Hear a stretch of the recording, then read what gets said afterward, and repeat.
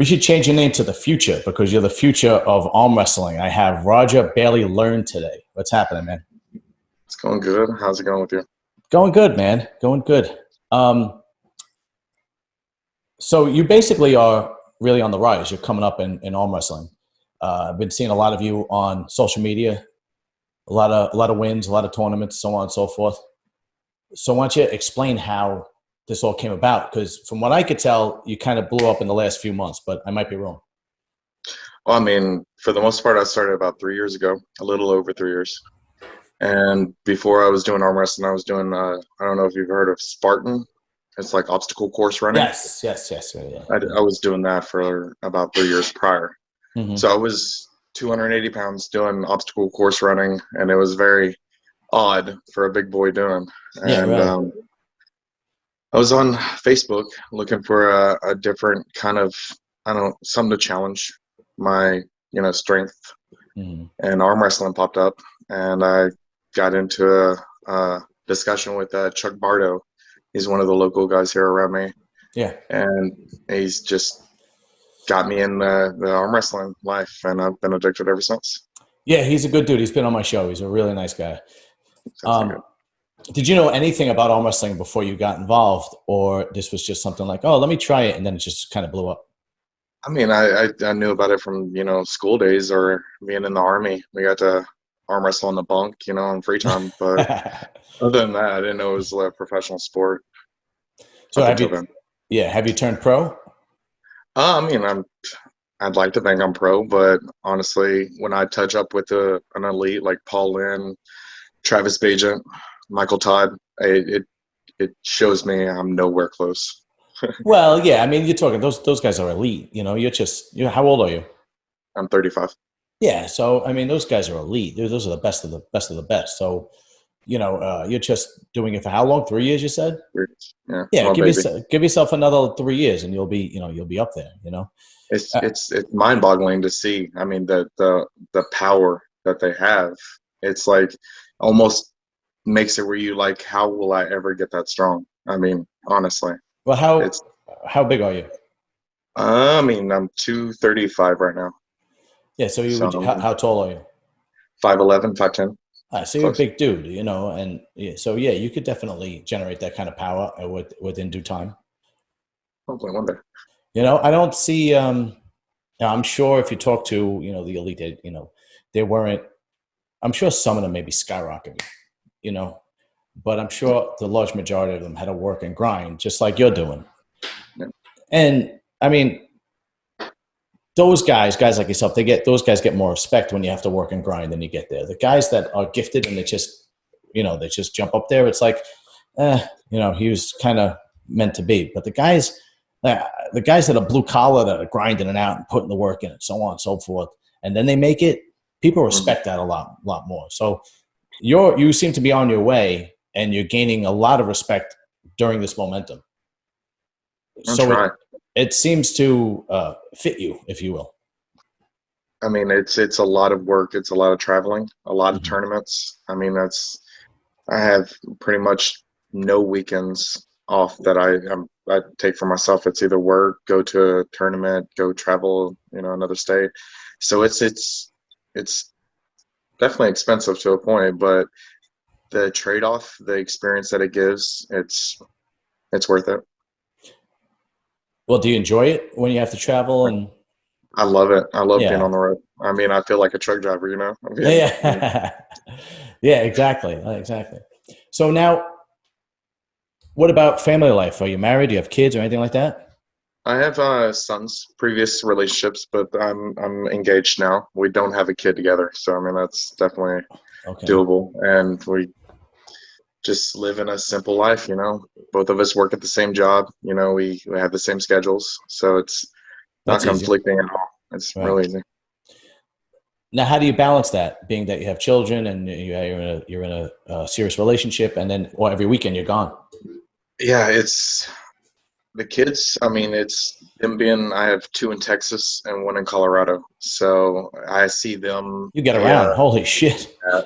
yeah, it's definitely back in the day.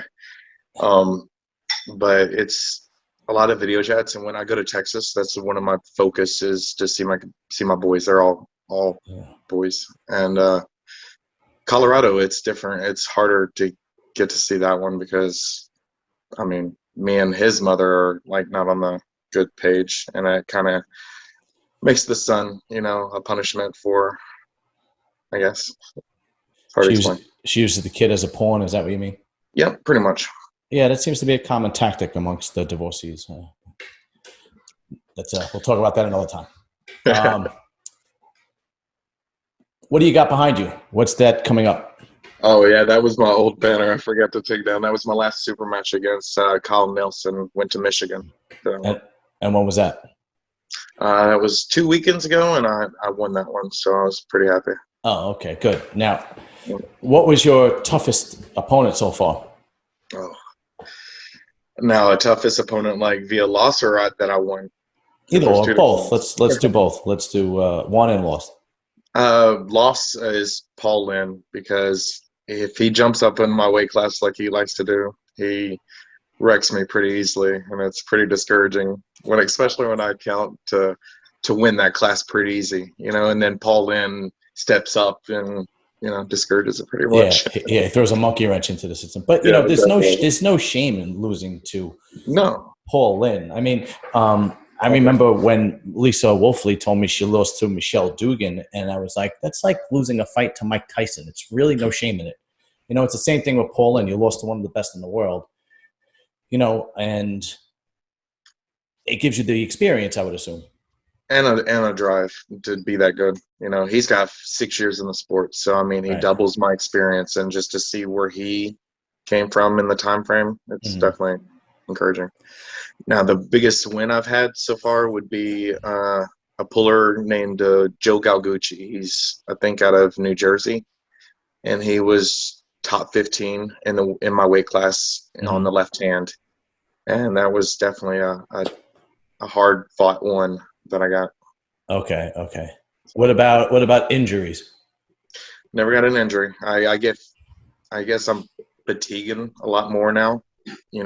Doing a tournament every week, I'm starting to lose a lot of gym time, so I'm lacking on that aspect. But no serious injuries. Knock on wood.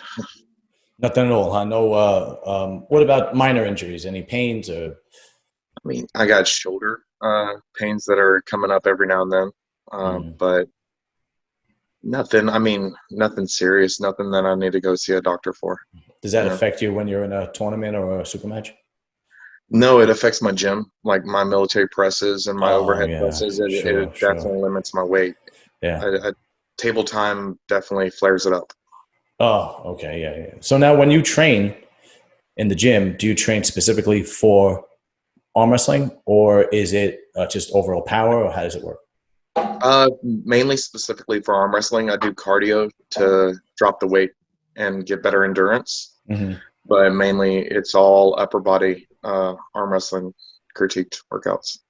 That's actually a good question. Like today I went to the gym and I knew I was going to interview you. And I did legs today. I try never to skip legs, but my background was always more bodybuilding than arm wrestling.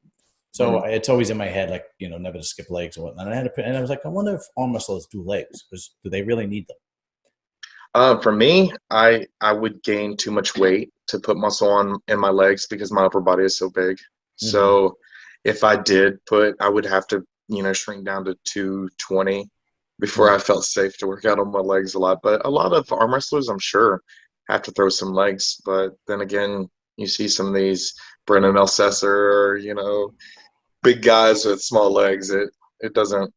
It fits an arm wrestler to work upper body for the most part. Yeah, I mean, it's like kind of like powerlifters. You don't really care how you look or how symmetrical you are. You are working out for a purpose besides building muscle. The purpose is for you to win in arm wrestling, and in powerlifting, it's just to get the weight from point A to point B. Now, granted, legs would give you an advantage because your launch off from your hit, or pushing off of the table for that little side pressure. I mean, it will help you, but yeah, for me, it's not so much. So now, when did you actually recognize that you were going to go somewhere with this? Was there a turning point where you're like, oh, man, like I'm getting really good. This is serious. I can actually do well with this. I'm still in the cloud with thinking I need to get better. I don't. I think I'm pretty much still bottom tier arm wrestler. I have a hunger, and that sets me aside because I'm not scared to go to the table with anyone. But I'm still learning. I'm still an amateur in a lot of aspects. I just have a little bit of power to work with. I have a good go-to move Mhm. that's it works so far. I mean, towards certain people, but I there's a lot of aspects that I still have to train. I'm weak, comparatively to certain good arm wrestlers. Well, listen, when you first get to the NFL, you know, you start out somewhere and then you sooner or later become one of the top guys. And that's kind of like that with every sport. So like I said, if you have the hunger and the grind which you put in the time and you grind, and it's going to happen. It's inevitable. Unless there is some kind of tragic injury or something, Yeah. it's inevitable. To compliment you, people talk on social media, people post a lot about you, people compliment you, and so on and so forth. And it's clear, it's obvious, which is why I asked you to come on. It's a blessing every time I hear a compliment. I mean, it's something I'm not used to getting in my life. Mhm. It's hard. So now, who do you train with? What club do you train with? I'm what you call a floater. I train with a Mhm. lot of different clubs. For the most part, Lethal Arms have been one of the Paul Lynn's group in Harrisburg. Mhm. Justin Bear have been the go-to Mhm. lately. Um, Arm Assassins, String Shot, Lucas Raymond, and Brandon Elsesser. That Mhm. group of boys in PA, upstate PA, have been another group that I trained with. I mean, there's just so many. I can't claim one though. Mhm. So now, take me through your childhood as far as athleticism. Were you an athletic kid? Did you play sports? Yeah, I played soccer in elementary school, and then I played a little football, and then I went to boarding school and spent a good 8 years in boarding school. So we really did wrestling, but it wasn't any state certified or anything like that. It was just, yeah. How'd you wind up in boarding school? I was 90s baby with ADHD, and my dad, he's a truck driver, fortunately. Mhm. He didn't know how to deal with a kid that was rambunctious, Yeah. and him being on the road all the time, he didn't have that, I guess, the able to care for me. Right. So Right. Right. pretty much shit me off. I mean, I went to Louisiana and Missouri for a good 8 years of my life in a boarding school. And how does, if you don't mind me asking, how does that work within boarding school? If you don't have any parental guidance, are you there 24/7? Who's looking Yeah, after you? it's on property. The school I went to was on property. Everything is secluded. It was a Christian oriented boarding school, so it was very strict. It was not Catholic. It was Independent Fundamental Baptist, and it Mhm. was the old King James Version Bible readers. So you had to. It was old school, and it was definitely hard, and a lot of what they call corporal discipline was uh, definitely a go-to thing there. Okay. What about the other kids? Were they? How was it getting along with the other kids? I would assume it would be a little rough. Oh yeah, they were all troubled kids. So I mean, Right. it was one of the school in Missouri. They had a policy where you were on separation for the first 6 months to a year, where you could not talk to anybody except the staff, Wow. and yeah, it was pretty rough. And if you were caught talking, caught looking, caught in anything, they would go straight to the office and get a paddle. And Wow. it was. So you had it a little rough growing up then. I mean, it was pretty difficult, but it's made me who I am today. So. Well, that's definitely a good thing. I mean, it seems like you go one of two ways. You either go the wrong way or you go the complete opposite way. So it's obviously you are going in the right direction. Is that why Thank you God. wound up? Yeah, I mean, I'm sure you know. I'm sure you know of people that you went to school with that didn't end up as good as you did, you know? No, not in the least. Did you wind up in the Army because of that? You graduated, went right to the military? Yep. Yeah. I got out at 17. Within 4 months of being out of the boarding school, Mm-hmm. I got in the Army, and that was pretty much a cakewalk. I mean, I didn't get deployed. That was the one downfall of being in the Army for 3 years. I didn't get deployed once, Mm-hmm. and it was in the beginning of the Iraqi Freedom War, or Iraqi War, and yeah, Oh, it so was right with okay, yeah, no, I'm a little older than you. So the Iraqi war was September 11th, after September. 2003. Yeah, well, Yeah, 2001 to 2005 pretty much was yeah. the Well, era of that. when you're my age, you mix up the Iraq war with the Gulf War. Desert Storm. Yeah. I was in high school during that one. That's funny. But Yeah, I mean, it was I was actually across the street when the towers went down. Well, when the towers got hit. it's terrible. Yeah, I was. Not to get off. Well, not to get off topic, but when I went to college, I went to a community school, and once I finished college, I tried finance, which I hated, and I was working right across the street from the Trade Center. And then after I realized I hated being in the business world, is when I decided I'm going to go blue collar like the rest of my family. Been happy ever since. Anyway, let's get back to you. So, what is the future like? What's coming up next? I mean, I have nothing planned. I mean, I plan on hitting every tournament I can. Or, I mean, I'm open for anything. I want to get the experience, and I'm not scared to go find it. Do you seek out people that help you with different tactics and strategies in arm wrestling, that people that are kind of good at, and they're like, oh, can you show me this? Can you teach me this? So on and so forth. For instance, Paul Lynn, he's good because he's pulled me in a tournament. He's pulled me practice table, so he knows where I'm strong at or where I'm weak at, and he trains me. He tells me the people I need to go find and train with. Okay, yeah. And that's the people I go for. I mean, honestly, right. He's my number one. He is a tremendous human being. I've never heard anybody say anything bad about him. It's just unbelievable. Every person I asked about him when going against John, it was always the same answer. It was, John's going to win, but I really want Paul to win.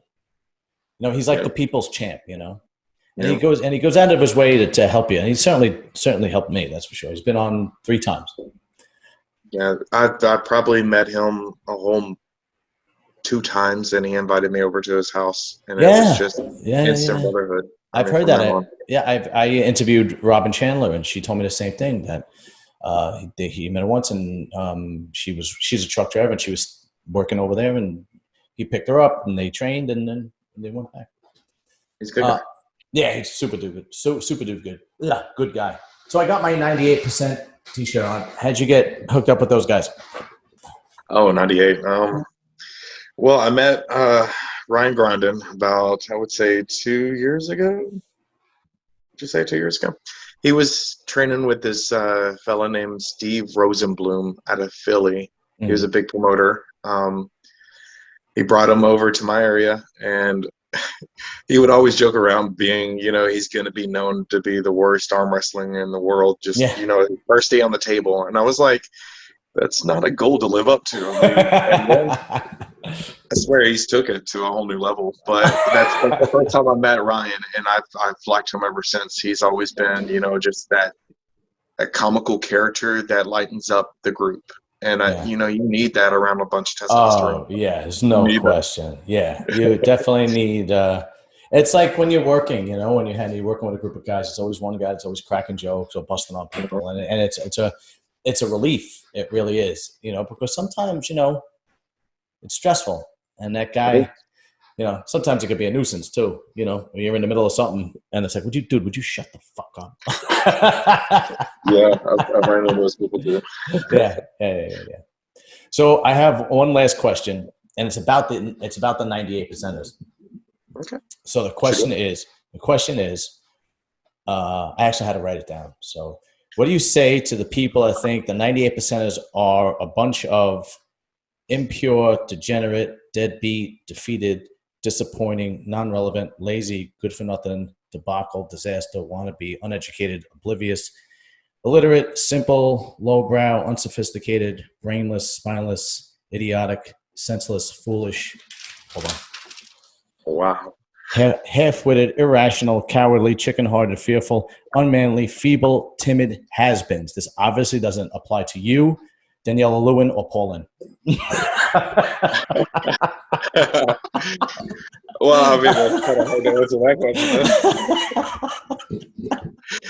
question. Honestly,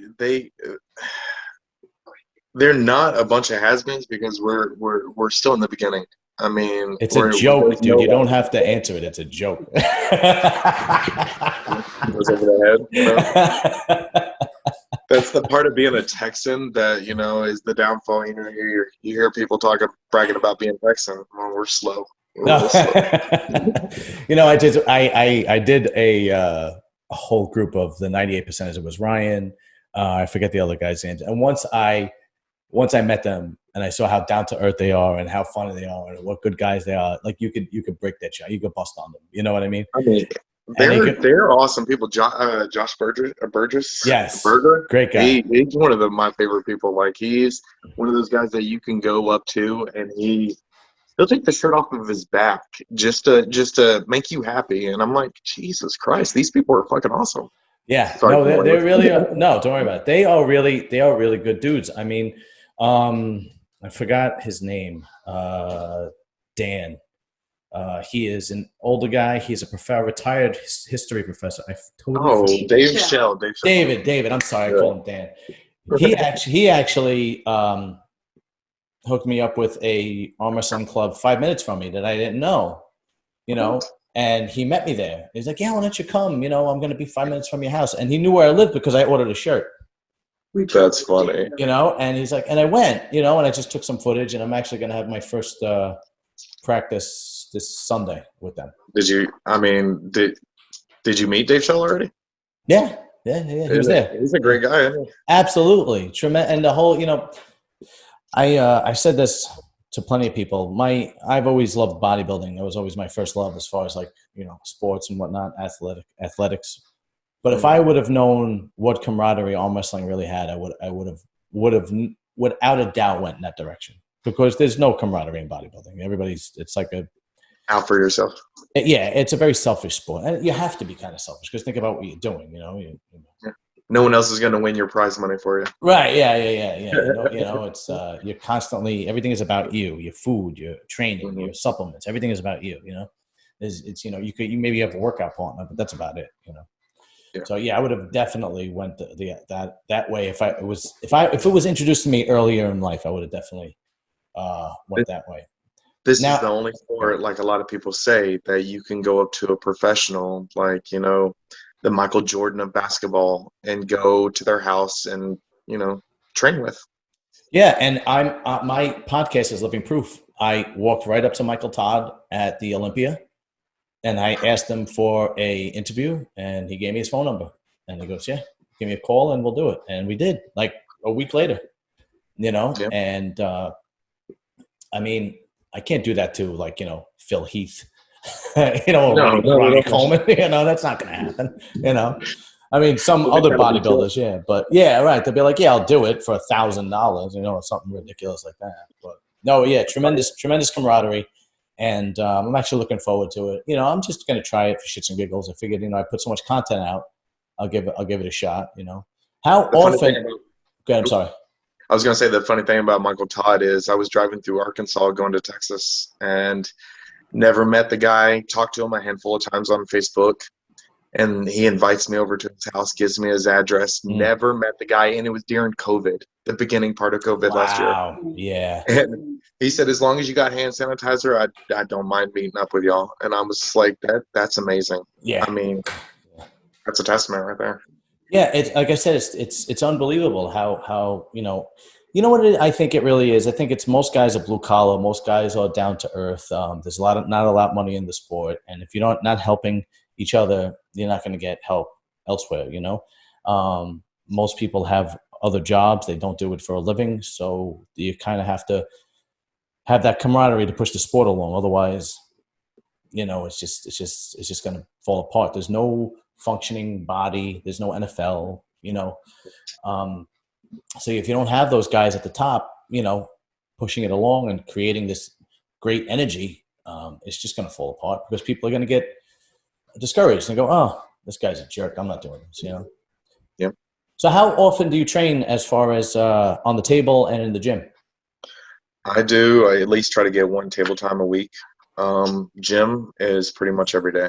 I do something different at the gym or cardio at the very least. Okay. So take me through like when you're training as far as the gym goes, because you said it's specific toward arm wrestling. What is it exactly that you do? First off, I go straight to the elliptical machine or the treadmill, and I do about 30 to 45 minutes of cardio to get the heart rate up. Yeah. And then first thing I do after that is I go to the pulley machine, and I have handles that I take with me, like a pronation strap, wrist wrench, and what else do I take? I got this cone handle. I don't know how to explain it, but it's for hooking for the most part. And I take that and I do my sets, my reps with those. I go about for recovery, I shoot for a 50 reps for a set for light weights, real light weights. And on, every other day I do max set or max weight and see how many reps I can get. But it honestly, if I do table time 3 days after doing a PR or something like that, I'm trash. I suck. So you have to give yourself an adequate time between the gym and table time. Because if you're doing table time all the time, you're not going to have no lifts at all. And if you're doing gym time all the time, you're not going to be able to get 100% of your, I guess, training in. And that's pretty much what I do. I do a lot of chest, bench pressing, incline benching, bicep curls, unfortunately, still. And you said you do shoulder presses too. Yes, military presses. That's a whole day. I do shoulders and chest. Yeah, that's very important, right? To have good shoulders and shoulder strength. For hooking, it is because I do a lot of inside like that, and a lot of flyweight is good for me in that aspect. And it's definitely increases your inside power. Okay. All right. Good. So now with the holidays coming around, do you stick to a particular diet? Do you try to eat clean, or that's out the window? This Thanksgiving was out the window. Christmas, join the club, man. I plan on sticking around. I got up to 245, I believe, during Thanksgiving. And I don't like going anywhere above 242 because that's my weight class. And I hate working hard to get back down to it. It's a pain in the butt for me. Yeah, sure, absolutely. But the holidays, it's honestly, there's not anything going around Christmas. So I might cut loose. But again, I might just stick to it. I'm not sure yet. Roger, I appreciate you coming on, man. I know I have full confidence that you are going to be an elite puller one day. And I think the majority of the arm wrestling world knows that.